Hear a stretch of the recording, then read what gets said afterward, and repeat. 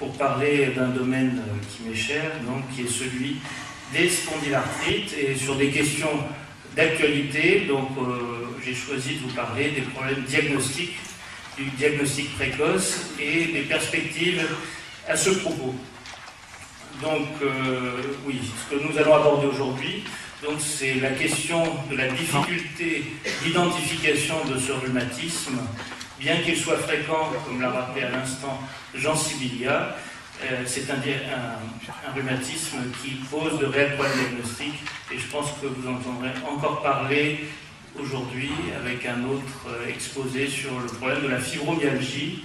Il y a souvent une confusion entre les douleurs de ces patients et les fibromyalgies, pour des raisons qui sont justement que ce rhumatisme, bien que réputé de la colonne vertébrale, peut toucher tout à fait les articulations périphériques, dans un site qu'on appelle l'anthèse, un nom un petit peu barbare, et cette barbarie fait partie probablement de la méconnaissance de la maladie. Donc pour essayer de progresser par rapport à cette problématique, nous disposons de plusieurs moyens que nous allons aborder aujourd'hui, l'imagerie, la génétique, et nous verrons pour finir le problème de la thérapeutique qui n'est pas sans incidence sur cette préoccupation de diagnostic précoce parmi d'autres. Donc, traditionnellement, classiquement, emblématiquement, la spondylarthrite, c'est ce qu'on appelle la spondylarthrite ankylosante, qui est définie de façon internationale, et ça a sa valeur, car à l'heure actuelle, quand on en parle entre experts de différents pays, on parle tous de la maladie définie avec ces critères dits de New York modifiés qui remontent à 1984, donc vous voyez quelques années en arrière, et qui supposent qu'il y ait des signes cliniques évidents, donc des signes principalement axiaux, puisque cette maladie est surtout réputée toucher la colonne vertébrale. Donc il s'agit de lombalgie inflammatoire. Ce qu'on appelle inflammatoire, c'est qui réveille durant la nuit, ça c'est un point extrêmement important. Attention aux douleurs de dos qui réveillent durant la nuit, ou qui s'accompagnent d'une raideur importante, notamment après une immobilisation prolongée. Les patients se sentent mieux en activité, ce qui doit vraiment attirer l'attention par rapport au mal de dos ordinaire. Et puis surtout une sacroélite radiologique. Alors ça nécessite une radiographie de bassin, c'est un examen simple, et en fait ce qui est intéressant, c'est que c'est une atteinte radiologique fréquente dans cette maladie et extrêmement caractéristique. Il n'y a pratiquement que cette maladie qui conduit à cet aspect de fusion des articulations sacroiliaques. Donc l'intérêt de connaître cette atteinte, beaucoup plus que de la soigner, car souvent quand c'est fusionné, les douleurs ont tendance à disparaître, et finalement c'est une articulation qui est assez peu utile, elle est immobile, sauf au moment de l'accouchement, où elle a besoin de s'écarter pour laisser le bassin se distendre, donc sinon c'est une articulation qui est peu mobile, et son principal intérêt finalement pour nous rhumatologues, c'est de permettre le diagnostic facile sur une simple radio de spondylarthrite ankylosante. Donc ça, c'est les critères de 1984 qui sont toujours admis à l'heure actuelle dans les réunions internationales. Le véritable problème, c'est que le délai diagnostique moyen lié à ces critères, on va en parler, est de 7 à 10 ans dans les pays développés, et ça, c'est toujours d'actualité.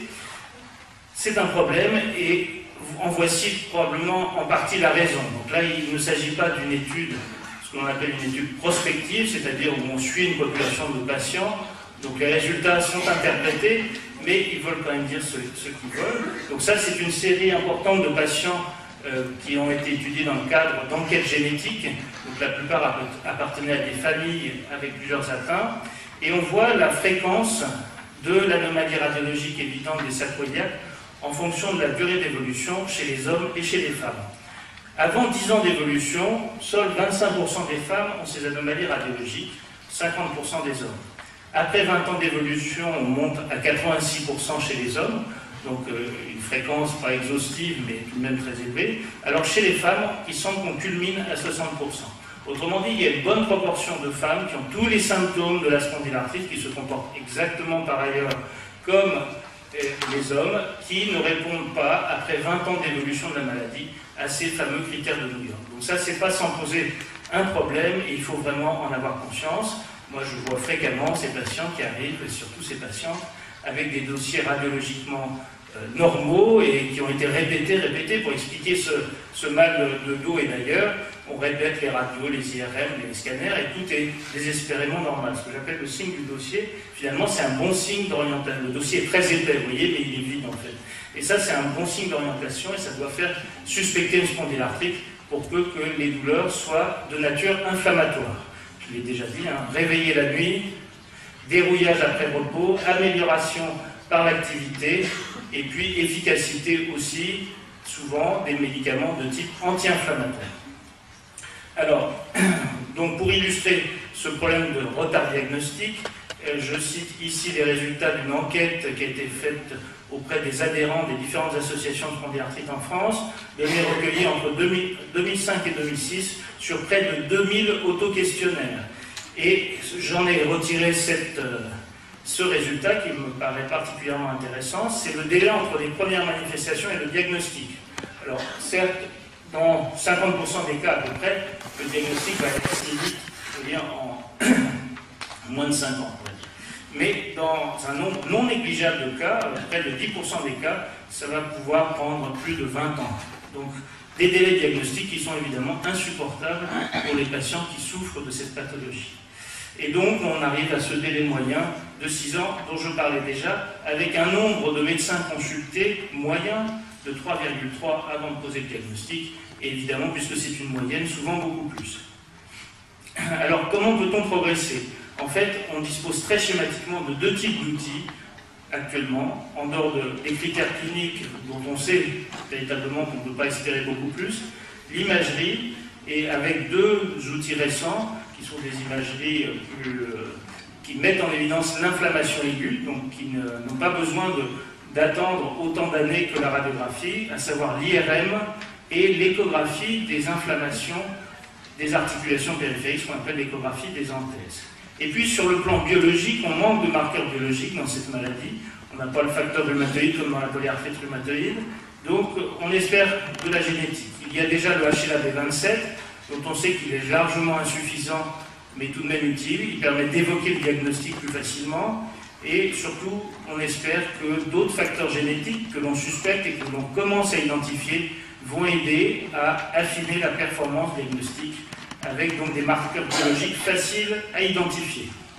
L'inflammation, ce qu'on appelle l'élévation de la vitesse de sédimentation ou de la C-réactive protéine, est malheureusement assez décevante, car pas plus d'un patient sur deux n'a ce type d'anomalie. Donc l'apport de l'imagerie, je voudrais juste, alors je ne vais pas parler de l'IRM qui manque actuellement d'évaluation, mais je vais vous parler d'échographie des anthèses parce que ce sont des travaux que nous menons tout d'abord au centre de Boulogne-Billancourt, à l'hôpital Ambroise Paré, puis également maintenant de façon multicentrique à l'échelle de la France, où on essaye d'évaluer comment cet examen qui met en évidence des inflammations caractéristiques de la spondylarthrite pourrait aider au diagnostic. Et donc la première remarque, c'est que chez des patients parfaitement caractérisés, l'anthésite inflammatoire a une sensibilité, c'est-à-dire en fait, chez les patients qui ont des formes établies de la maladie, la sensibilité, c'est la proportion de patients qui sont positifs à l'examen, qui est de l'ordre de 90%, ce qui est très bon.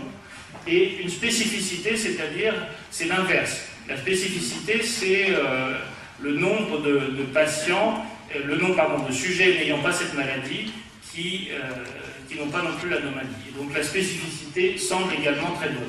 Mais ça, ces résultats-là, c'est des résultats sur des malades parfaitement caractérisés, donc ils ne sont pas valides pour les proposer comme diagnostic. D'où l'intérêt d'une étude que nous avons menée, une première étude, puisqu'elle était positive chez 75% de ceux qui finalement avaient une spondylarthrite, et chez seulement 20% de ceux qui ont été classés autrement. Donc un examen prometteur sur la base de ces premiers résultats qui restent à confirmer, et ce sont des choses en cours. Donc, toujours pour la performance diagnostique de spondylarthrite, dans cette étude, on se rendait compte que l'échographie des anthèses avait une bonne valeur prédictive positive, c'est-à-dire 81% des patients étant positifs avaient finalement une spondylarthrite reconnue par leur rhumatologue. L'IRM était meilleur, donc on considère que quand l'IRM est positif, c'est une valeur pratiquement absolue. Par contre, le problème de l'IRM par rapport à cet examen, c'est une sensibilité moins bonne, puisque seuls 40% des patients dans cette étude avaient une IRM positive. Et là, vous avez en dessous ce qu'on appelle les critères cliniques. Ce sont les critères usuels. J'ai parlé tout à l'heure des critères de New York, il y a d'autres critères de Berlin, critères d'AMOR, ESSG. Ils ont également une performance qui n'est pas mauvaise, mais qui est tout de même inférieure à celle des examens d'imagerie. Donc l'apport de la génétique, je vais en dire deux mots assez rapides. Tout d'abord, la part génétique du déterminisme de ces maladies a été évaluée par des études de récurrence chez les jumeaux, mais également chez les frères et sœurs. Donc en fait, on se rend compte qu'il y a une agrégation des spondylarthrites dans les familles. Autrement dit, il y a plus de risques de voir plusieurs cas dans la même famille que ne le voudrait le hasard. Et des modélisations un petit peu compliquées finissent par conclure que la part génétique du déterminisme, c'est-à-dire le terrain, la prédisposition, serait d'environ 90%, ce qui est relativement élevé pour une maladie de ce type-là. Parmi ces 90%, on en connaît probablement près de 50%, c'est le fameux HLA-B27, qui est situé dans une région du génome qui, en tout cas, elle, compte pour 50%, et c'est donc le HLA-B27 qui est la majeure partie de la prédisposition génétique. Mais seul, il ne suffit pas. Autrement dit, on le sait par toujours des études de récurrence chez les apparentés, ce qu'on appelle les frères et sœurs, dans les fratries ou les parents, on sait que le risque est beaucoup plus élevé quand on est apparenté à un malade que quand on est apparenté à un porteur du HLA-B27 dans la population générale. Et en fait, ça nous prédit qu'il y a d'autres facteurs génétiques qui se combinent au HLA-B27 pour déterminer la prédisposition à la maladie. Parmi ces facteurs génétiques, certains commencent tout juste à être identifiés, donc ça c'est des résultats qui datent d'1 an, et donc les premiers à avoir été identifiés sont des nouvelles cibles moléculaires, le récepteur de l'interleukine 23, tout à l'heure dans la liste de Jean Sibilia, il y avait cet anticorps qui bloque l'interleukine 23, donc c'est une substance, une cytokine, l'interleukine 23, qui est impliquée dans l'inflammation. Probablement qu'elle est dérégulée au cours de la spondylarthrite. Toujours est-il que certains patients ont des anomalies dans le gène qui code pour cette molécule.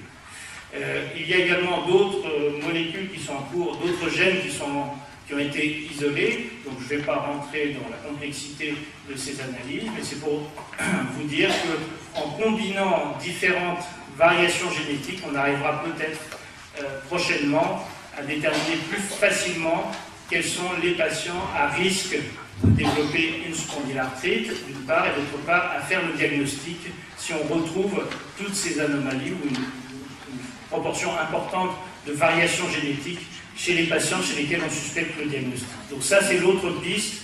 Vous avez vu l'image D, maintenant c'est la génétique. La génétique, c'est en cours et les applications sont possibles probablement d'ici quelques années. Alors, utilité du diagnostic des facteurs génétiques, on peut tout de même l'illustrer avec le HLA-B27, dont on connaît les limites. On sait bien que tous les patients n'ont pas le HLA-B27, c'est 81% probablement des patients qui ont une spondylarthrite qui ont le HLA-B27.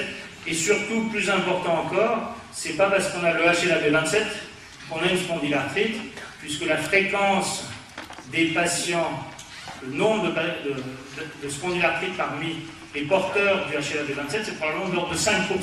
Donc 95% des individus qui ont ce HLA-B27, c'est comme la couleur des yeux, c'est comme une couleur des yeux, c'est un gène qui fonctionne absolument normalement, n'auront jamais de spondylarthrite. D'où la limite de cet examen. Néanmoins, quand on a des lombalgies inflammatoires, donc mal dans le dos tel que je l'ai décrit tout à l'heure, réveil la nuit, dérouillage le matin, amélioration par l'activité. Et bien dans ce cas-là, si on a le HLA-B27, la valeur prédictive positive devient de plus de 50%. Donc, chez quelqu'un qui a des symptômes évocateurs, le poids du HLA-B27 devient important. Maintenant, je l'ai dit, le HLA-B27 ne suffit pas. C'est sûr que si on a d'autres facteurs génétiques à ajouter, ça améliorera considérablement notre performance diagnostique avec ces marqueurs génétiques. Est-ce qu'on peut aller un petit peu plus rapidement pour les questions de technique? On me demande d'aller un petit peu plus rapidement. Oui, j'ai fini. J'ai encore Merci beaucoup. Donc, là, pourquoi faire le diagnostic plus tôt?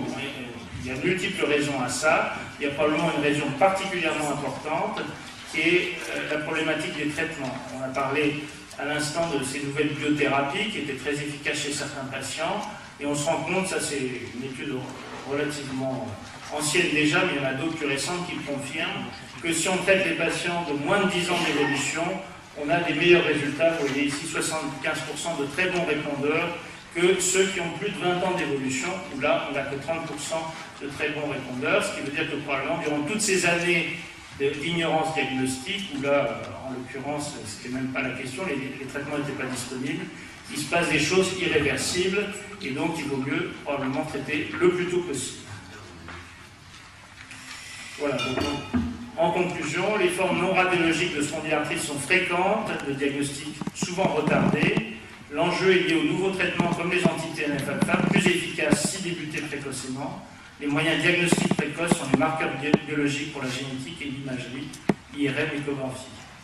Merci beaucoup.